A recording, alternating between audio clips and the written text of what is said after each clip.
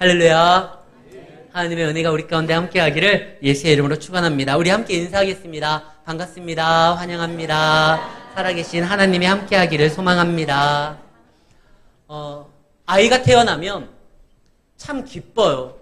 새 생명이 우리 가운데 오게 됐다는 사실, 우리 가정에 왔다는, 우리 동네에 왔다는 것 때문에 모든 이들이 아이의 탄생을 축하하고 즐거워합니다. 그런데 이때 빼놓지 않는 중요한 순간이 하나 있습니다. 바로 아이의 이름을 짓는 거예요. 이 아이의 이름을 지을 때 그냥 짓는 것이 아니라 부모의 아이에 대한 어떤 바람을, 그 아이가 어떻게 살아갔으면 좋겠다라는 소망을 담고 이름을 짓습니다. 그래서 신중하게 지어야 되는 거예요. 지금 카톨릭의 교황이 프란체스코입니다. 266대 교황이에요. 그 앞에 265명이 있다라는 것이죠. 근데 그가 이름을 지을 때 자신이 이제 교황으로 선출될 때 이런 이름으로 이제 살아가겠다라고 이렇게 공표하는 장면이 나와요. 아시시의 성인이라고 하는 프란체스코, 가난한 자들에게 일평생 함께 했었다라고 하는 그 사람의 삶을 이어가겠다라고 해서 이번 교황은 프란체스코라고 이름을 지었어요. 예전에 우리 한국에 방문했었던 요한 바오로 2세 있었잖아요. 요한의 삶, 바울의 삶을 나도 살아가겠다라는 생각으로 그렇게 이름을 짓는 거예요. 오늘 성경에 드디어 사가랴와 엘리사벳 그 부부의 아이가 탄생하게 되었습니다. 모든 사람들이 다 기뻐했어요. 왜? 아이가 귀한 집안이었거든요. 근데 이 아이가 이제 태어난 거예요. 그래서 말을 하지 못하는 사가랴를 대신해서 이 가문의 주요 어른들이 상의해서 아이의 이름을 하나 짓습니다. 그것이 바로 사가랴입니다. 이 아이는 그 아버지처럼 율법에 대해서, 삶에 대해서 흠이 없고 문제가 되지 않냐고 경건하고 완전한 사람으로서 제사장 직분을 감당하라고 사가랴라고 짓자는 거예요. 지금으로 말하면 사가랴 주니어, 사가랴 2세 이 정도 될 거예요. 그 이름을 짓자. 그랬는데 정작 그 부모인 엘리사벳은 아니다. 요한이라고 지을 것이다. 깜짝 놀래요. 아니 우리는 제사장 집안인데 제사장 중에 요한이라는 이름이 없다. 왜 요한이라고 지으려고 하느냐. 이 귀한 아이가, 이 아이는 너만의 아이가 아니라 우리 가문의 아이고 우리 집안 모두의 아이인데 요한이라고 줘야 되는 건 말이 안 된다. 사가랴가 맞다. 근데 엄마가 자꾸 요한이라고 하니까 그러면 아버지에게 물어보자. 사가랴, 아이의 이름을 우리는 고민해서 너의 이름을 따서 짓기로 하는데 네 아내가 고집 피운다. 너의 생각은 어떠냐? 사가랴가 말을 못하니까 서판을 가지고 오라고 해요. 그리고 거기에다 씁니다.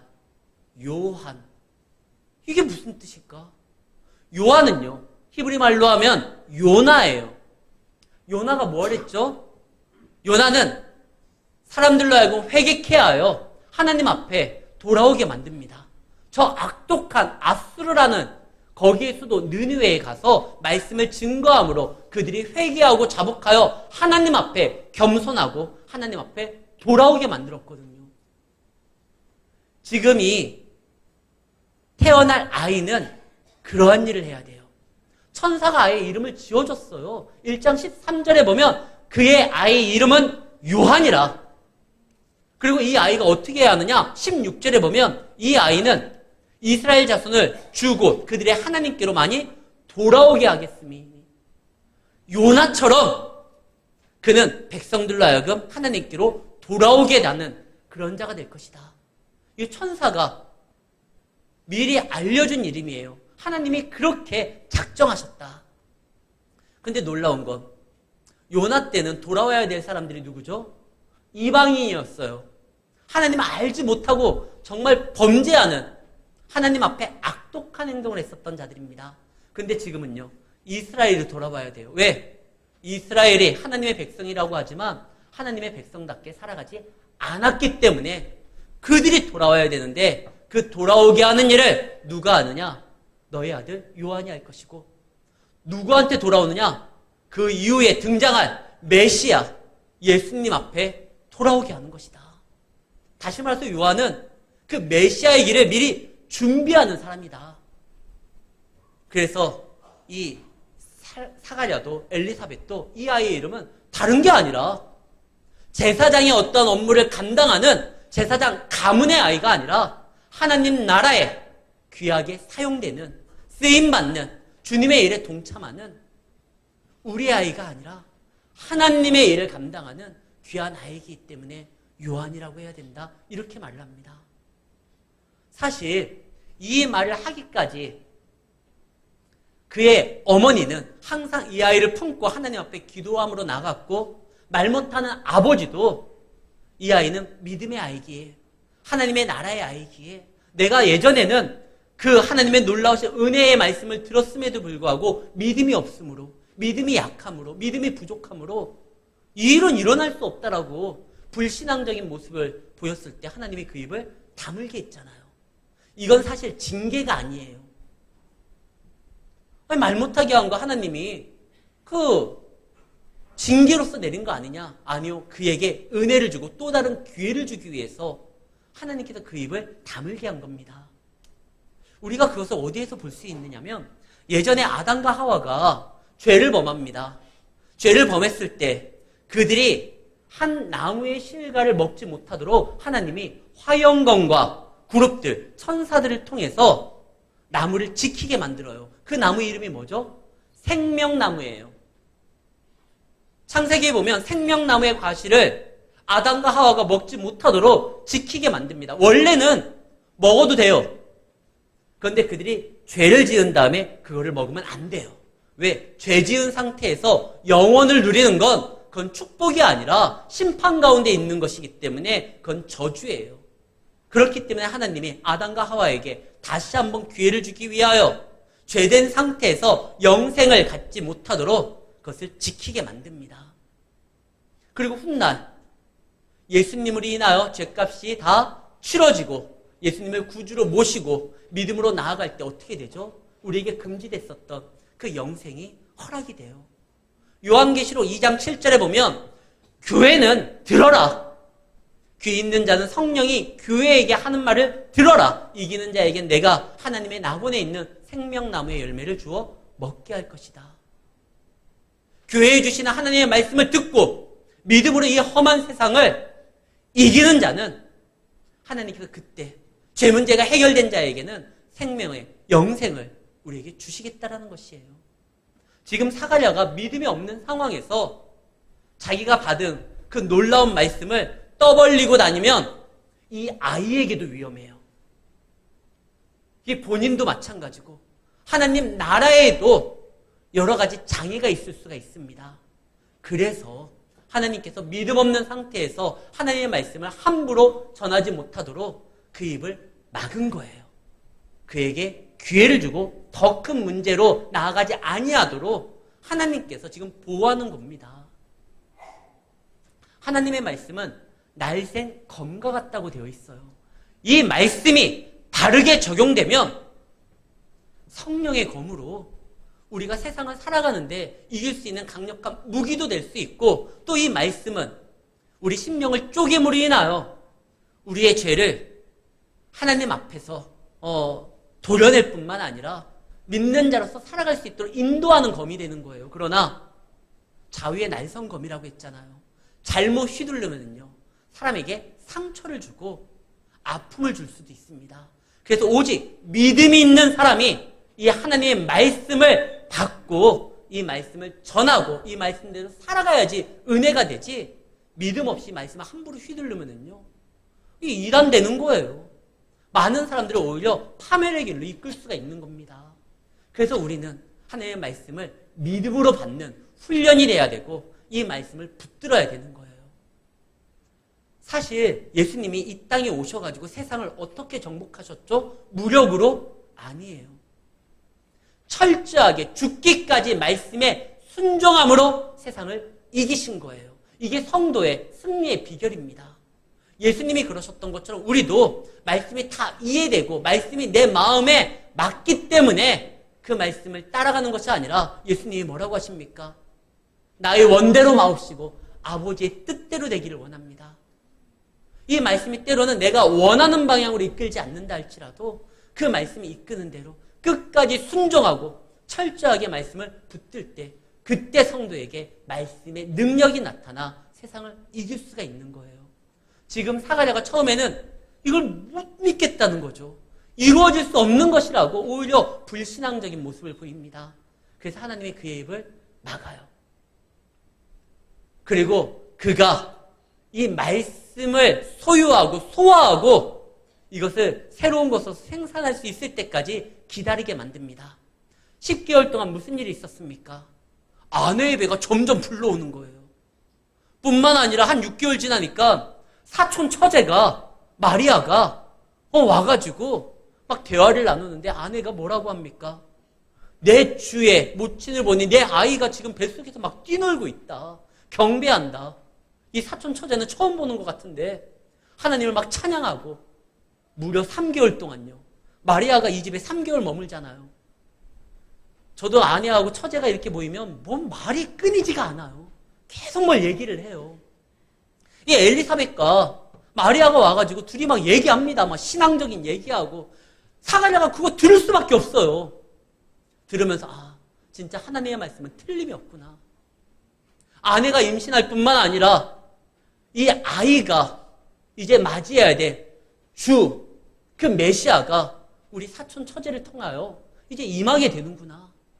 그러면서 그들이 맨날 찬양하고 하나님은 살아계시다를 이야기하고 불신앙이었던 좀 의심했었던 이 사가랴의 믿음이 더욱더 견고해집니다. 그래, 하나님의 말씀은 틀림이 없지. 그런 가운데 이 아이의 이름을 짓는 이 과정에서 마지막 시험을 통과하는 이 사가랴의 모습을 보게 됩니다. 그래, 하나님은 살아계셔. 이 아이는 이 일을 감당할 거야. 근데 사람이요, 욕심이 나게 되잖아요. 아이가 태어난 지 지금 며칠이 됐습니까? 8일이 된 거예요. 8일이 될 때 아이의 이름을 지으려고 하는 거예요.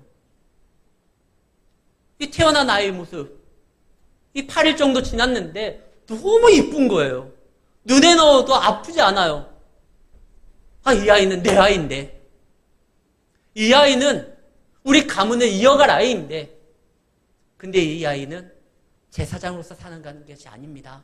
선지자로서, 광야에 외치는 소리로서, 주의 길을 예배하는 자로서 백성들의 마음을 하나님께로 이끄는 이 역할을 감당해야 되는 거예요.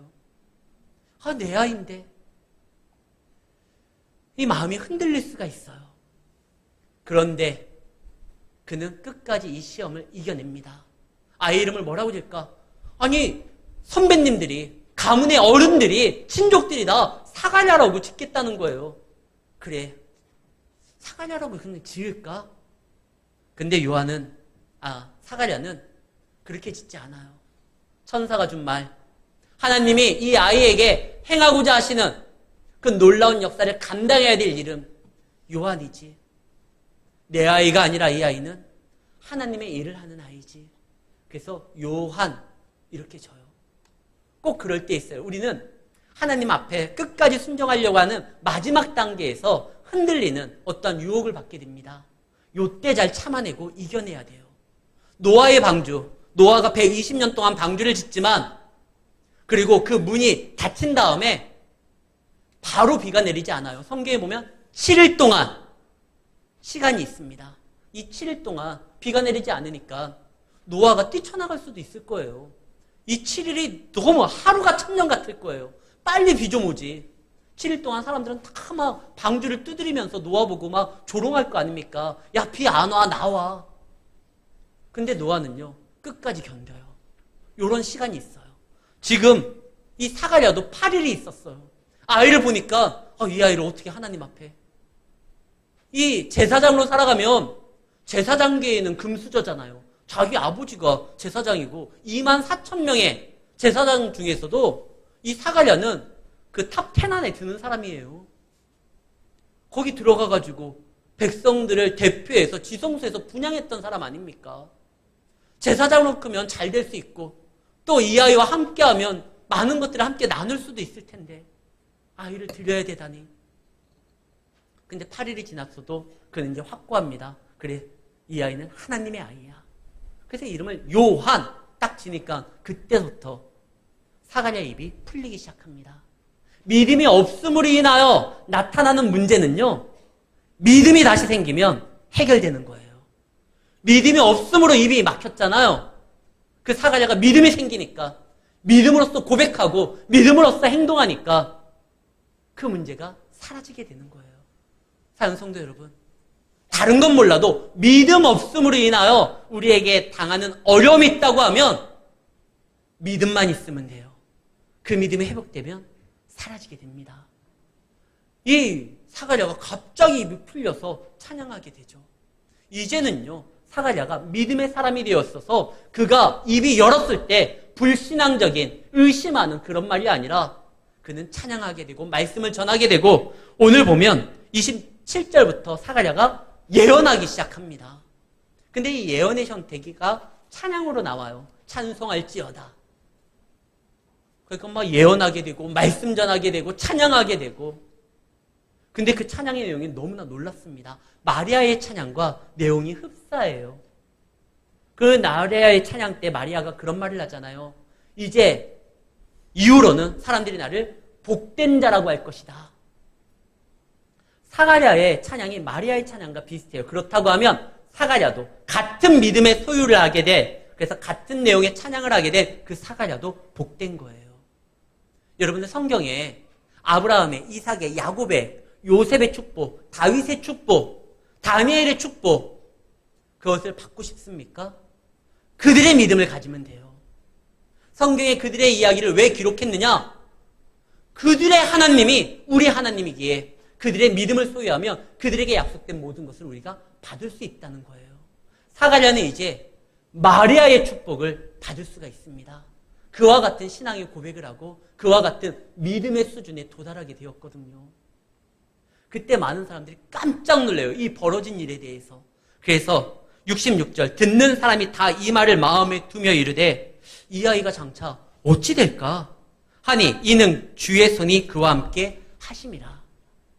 이 8일째 되는 날 하나님이 그와 함께 하시다, 이게 아니라 그때서부터 그 아이가 자라는 모든 순간까지 하나님께서 늘 그와 함께함을 많은 사람들이요 보고 인정할 수밖에 없게 됐다라는 거예요. 요셉이 그랬잖아요. 요셉 하면 떠오르는 말이 뭡니까? 하나님이 그와 함께하니 그가 하는 모든 일이 형통하여 됐더라.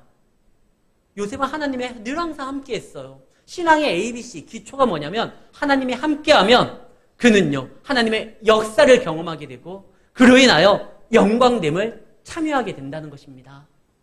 요셉이 감옥에서도 노예 생활에서도 하나님이 함께하니 그에게 하나님의 역사가 일어났고 나중엔 그가 그 땅의 가장 존귀한 일을 감당하는 영광된 자리에 앉게 되잖아요. 우리가 잘 부르는 그 선한 능력으로라는 찬양이 있습니다. 주 언제나 우리와 함께 하셔 하루 또 하루가 늘 새로워. 하나님이 함께하면 하루하루가 늘 하나님의 역사함으로 인하여 새롭게 된다는 거예요. 그 찬양 또 마지막에 이런 말도 나와요. 영광의 새날을 맞이하리. 하나님과 함께하면 역사를 보게 되고 영광의 날을 맞이할 수 있다는 것이죠. 이게 바로 성경의 내용이에요. 하나님이 함께 하시면 이 아이는 하나님이 함께 하기에 이제 하나님의 역사를 보게 될 것이고 하나님의 영광을 보게 되니 많은 사람들이 마음에 두고 이 아이를 주목하기 시작합니다. 이때 사가랴가 찬양을 해요. 그 찬양의 내용이 이겁니다. 68절, 찬송하리로다 주 이스라엘의 하나님이여 그 백성을 돌보사 속량하시고. 여기서 속량한다라는 건 그의 죗값을 치르고 다시 산다라는 거예요. 죄인된 우리를 하나님께서 죗값을 치르고 우리를 다시 사는데, 69절, 우리를 위하여 구원의 뿔을 그 종 다윗의 집에 일으키셨으니. 예수님이 다윗의 후손으로 오시는데 구원의 뿔은 권세를 상징합니다. 하나님은 우리를 속량하셔서 구원하시는데 권세 있는 분이시기 때문에 그 어떠한 원수도 악인도 우리에 대한 하나님의 사랑과 구원의 은혜를 빼앗아갈 수가 없는 거예요. 이제 우리는 구원함에 이르게 되었다는 것입니다. 이 사가랴가 찬양을 하는데 태어난 아이를 위해서 이야기하기보다 먼저 하나님의 구원에 대해서 예언을 하며 찬양을 합니다. 진짜 복이 무엇이냐? 하나님의 영광이 임하는 것이고, 그리고 그 아이에 대해서도 말을 해요. 76절. 이 아이여, 네가 지극히 높으신 이의 선지자라. 일컬음을 받고 주 앞에서 주의 앞서 가서 그 길을 준비하여. 제사장 직분의 그 가문에서 아이에 대해서 뭐라고 하죠? 너는 이제 선지자다. 하나님의 말씀을 품고 나아가는 선지자로서 너가 살아갈 것이다. 그러기 위해서는 많은 아픔도 있고 어려움도 있어요. 성경에 보면 선지자들은요, 한결같이 제대로 된 선지자들은 큰 어려움 가운데 있습니다. 그리고 세상에서 환영받지를 못해요. 그럼에도 불구하고 이 일은 귀한 일인 거죠. 세상에 보면 야, 선지자보다 제사장이 나은 거 아니야? 부모가 제사장인데, 그것도 엘리트 제사장인데. 그런데 하나님의 뜻은 그에게 선지자예요. 그럼 그것을 감당하는 것이죠. 어제 제가 결혼식장에 갔다가 한 목사님을 만났습니다. 처음 보는 분이에요. 근데 그분이 이제 서울로 가셔야 된다고 해서 송정역까지 이렇게 모셔다 드리면서 이렇게 얘기를 나눴거든요. 그 목사님이 이름은 제가 알고 있어요. 좀 특이한 분이어서. 그분이 개척을 합니다. 15년 동안 목회를 했는데 이분에 대한 기사가 기독신문에 난 적이 있어요. 듣도 못한 이분이 행동을 하셨어요. 뭐냐? 15년 동안 목회를 하다가 5년만 더하면 20년 했기 때문에 원로 목사의 자격이 주어집니다. 근데 그분이 15년 딱 하고 부목사님에게 그 교회의 담임 목사를 이렇게 맡겨달라고 부탁을 하고 성도들의 동의를 얻어서 부목사님을 담임 목사님으로 세워요. 뭐 그럴 수도 있죠. 근데 거기에서 그치는 것이 아니라 더 놀라운 일은 본인이 부목사가 돼요. 그 교회. 그 담임 목사님은 얼마나 불편할까? 그 생각은 안 했나? 근데 이게 처음 있는 일이에요. 오늘 제가 우리 김경민 목사님이나 김한별 목사님에게 여러분들의 동의를 얻어가지고 담임 목사님으로 세우고 제가 이제 부목사님이 되는 거예요. 그분이 그런 행동을 했어요. 그리고 1년 동안 부목사님이 되면서 사역을 준비하고 지금은요, 특수목회를 해요. 근데 그분이 저한테 명함을 줬는데 교회 그 주소가 서초구 이렇게 써 있어서 아, 교회가 서초구에 있나요? 딱히 서초구에 있다라고 말씀은 못 드리겠습니다. 왜요? 아니, 한 주는 여기에서 설교하고 예배를 드리고 성도들과 또 한 주는 또 다른 데로 이렇게 예배를 드린대요. 교회 이름 자체가 움직이는 교회예요. 진짜 이렇게 움직인대요. 그러니까 참 독특한 사역을 하는 거예요. 일반적인 사역 같진 않아요. 근데 그분이 그런 말을 해요. 자기의 야망은 자기가 개척한 이 교회가 한 300명 정도 되면 대형 교회로 청빙받는 것이 자기의 야망이었대요. 솔직히 그렇게 말씀하셔요. 그런데 15년 됐을 때 하나님이 자기에게 다른 어떠한 사역의 길을 보여주셨대요. 일반적이지 않아서 새로운 시도이기 때문에 많은 어려움이 있습니다. 제가 그 목사님의 부모님은 잘 알아요. 정말 좋은 장로님하고 권사님, 너무 잘 알거든요. 그래서 그분들이 늘 그 아들에 대해서 걱정하고 고민을 하셨어요. 김 목사님, 우리 아들이 이런 사역을 하려고 하는데 걱정된다고. 그냥 거기서 좀 열심히 하지. 왜 저렇게 떠도는지를 모르겠다고. 근데 저 그 목사님 처음 봤는데 그 목사님이 근데 이런 말을 하더라고요. 부모님은 걱정하셨고 지금은 이제 응원하시는데 자기는 너무 행복하대요. 제가 보기에도 참 저런 목회가 좀 특이해가지고 염려가 되거든요. 근데 정작 본인은 하나님이 보여주시는 길에 자기가 나아가니까 그 길을 걷는 자에게만 허락된 하나님의 위로가 있고 하나님의 은혜가 있고 하나님의 역사가 있기 때문에 자기는 너무 행복하대요. 지금 세례 요한이요. 선지자의 길을 가야 됩니다. 충분히 모든 것이 보장된 제사장으로서의 삶이 있는데 그는 선지자의 길로 가야 됩니다. 부모도 그것을 이제 인정하고 응원하기 시작합니다. 어디에 있죠? 그들이 빈들에 있습니다. 80절에 보면 아이가 자라며 심령이 강하여지며 이스라엘에게 나타나는 날까지 어디에 있느냐? 빈들, 아무것도 없는 광야에 있다는 거예요. 사람은 짐승과 달리 혼자서 어렸었을 적에 행동하고 살아갈 수가 없습니다. 반드시 부모의 돌봄이 있어야 돼요. 그 말은 그의 부모 사가랴도 엘리사벳도 이 요한과 함께 자신들의 어떠한 거처를 떠나 빈들에서 그 아이를 돌보고 함께 했다는 거예요. 그러면 참 안타까운 것 같아 보일지 모르지만 그들은요, 여호와는 나의 목자시니 내가 부족함이 없으리로다, 그 고백을 하면서 날마다 하나님께서 허락하신 은혜 가운데 살아갔을 것입니다.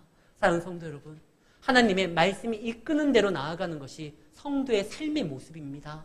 내가 지키고 내가 원하는 바를 하나님 앞에 떼쓰듯이 그것을 움켜잡는 것이 성도의 모습이 아닙니다. 성도는 돕는 성령 하나님의 능력으로 하나님의 말씀을 지키면서 살아가는 자들이거든요.